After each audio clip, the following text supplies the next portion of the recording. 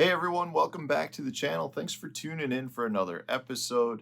I've gotten a lot of questions recently regarding plopper style topwater baits. If you're not familiar with what a plopper style topwater bait is, it's something along the lines of this Berkley Choppo, the River to Sea Whopper plopper is another good one. Most major brands have some sort of plopper style bait, which is where you've got a tail kicker. These baits are pretty much meant to be straight retrieved, similar to a buzz bait actually. But a lot of the questions regarding this bait are, when do I throw the various sizes? You know, the Berkley Choppo specifically comes in 4 different sizes, everything from pretty small to pretty big. And a lot of the questions I'm getting from people are, when would I throw the big one or when would I throw the small one?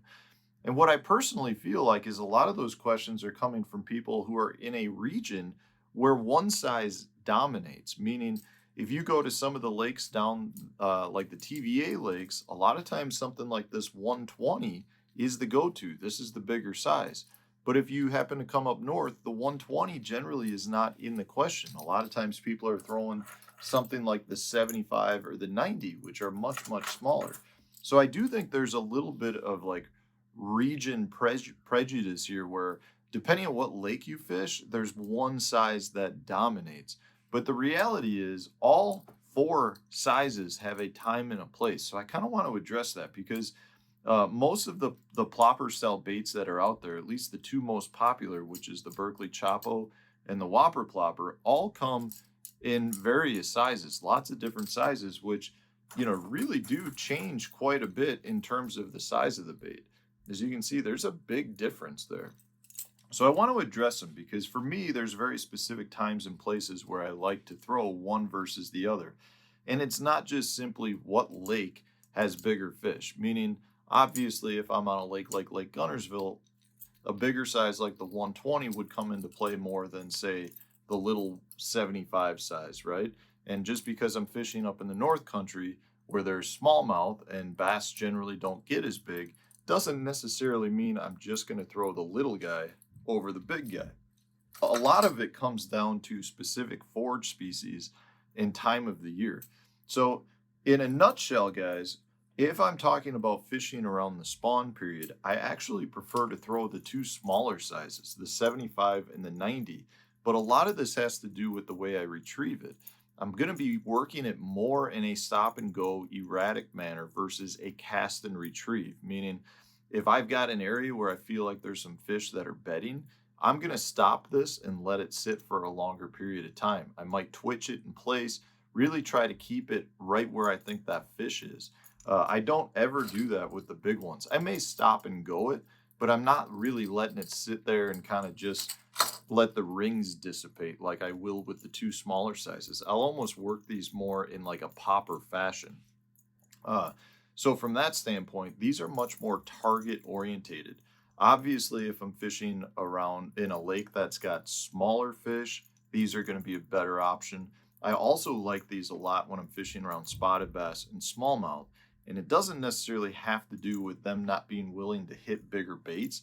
I feel like I just get better hookup percentages.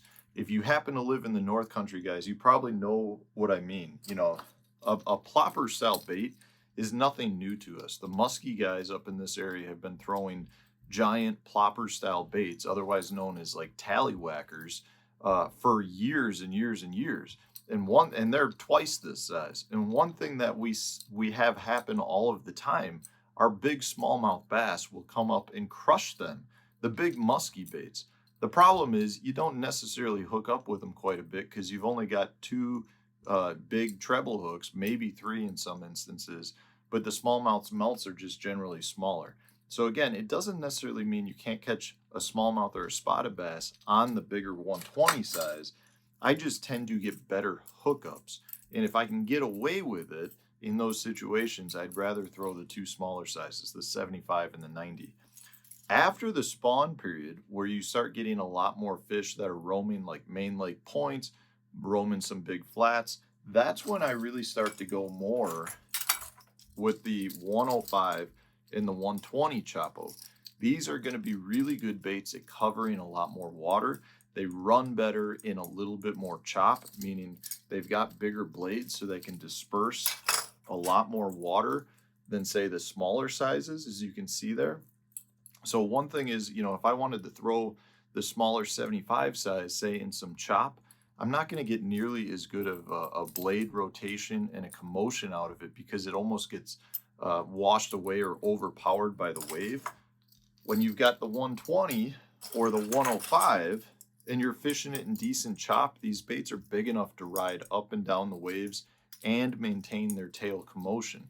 That's one of the keys here. So for me, I like to throw these more as I get into the summer and the fall because I start to have a lot more fish that are roaming the bank, roaming schools of shad.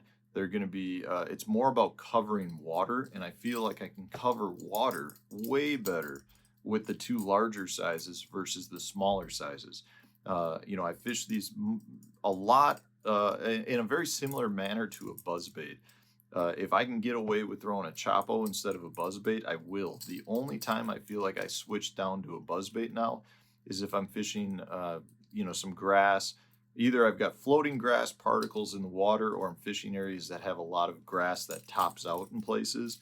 And from that standpoint, what happens is it kind of prevents the blade from running and the treble hooks get buried in the grass. It just doesn't work as well as a buzzbait, which is a little bit more weedless. But I'm going to say 75% of the time, if I can, if I want a moving bait like a Choppo or a buzzbait, I'm going to choose the Choppo over the buzzbait because I can generate more strikes, cover more water, and I just seem like I get better hookup percentages on these baits.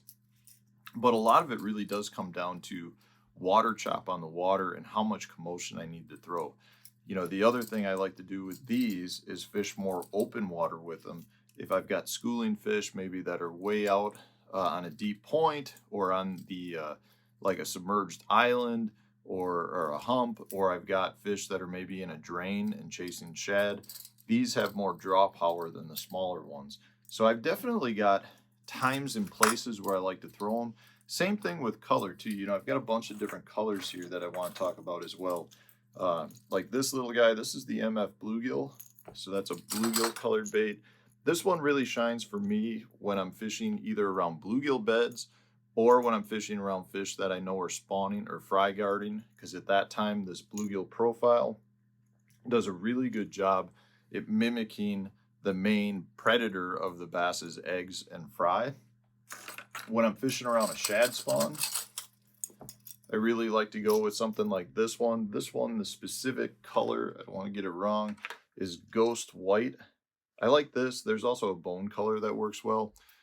This is really good, like I said, around the shad spawn or when I know the fish are keying in on specifically on shad. I also like to throw it on overcast days, not sunny days.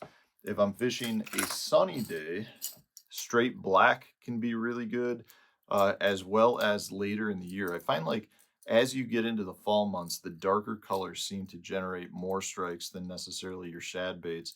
I don't necessarily know why that is, because a lot of times the shad become the primary forage in the fall, but it does seem like black works really well during the fall period.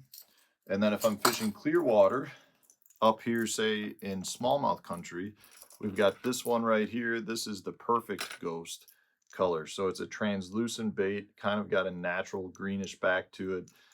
Again, a really good color if I'm fishing around the smallmouth or clear water in general. I like to go with a very translucent bait, something where the fish see the commotion, but they don't see the bait extremely well. It just seems like it generates some good strikes from it. But the Choppo series of line, guys, is fantastic. But just because you buy a Choppo doesn't mean you necessarily throw in the right one. So you want to make sure you choose wisely between the 75, the 90, the 105, and the 120 millimeter sizes, because they all have a time and a place. But they are fantastic baits, really easy baits to use too if you're just kind of looking to get into some topwater fishing. You can cast and retrieve, but I do highly recommend to work in a few erratic stops or erratic twitches with your rod tip to kind of change up the commotion of that propeller. Just gives the fish something to trigger on in terms of getting those reaction strikes. But great baits, quickly becoming like an all-around go-to topwater bait for most times of the year. Check them out, guys, if you haven't already. The Berkley Choppo or other plopper style baits definitely have a place in your tackle box. So guys, thanks for watching. I hope you enjoyed this one. If you did, hit the like button, subscribe to the channel if you haven't done so already, and stay tuned. We'll have a new video coming out tomorrow for you.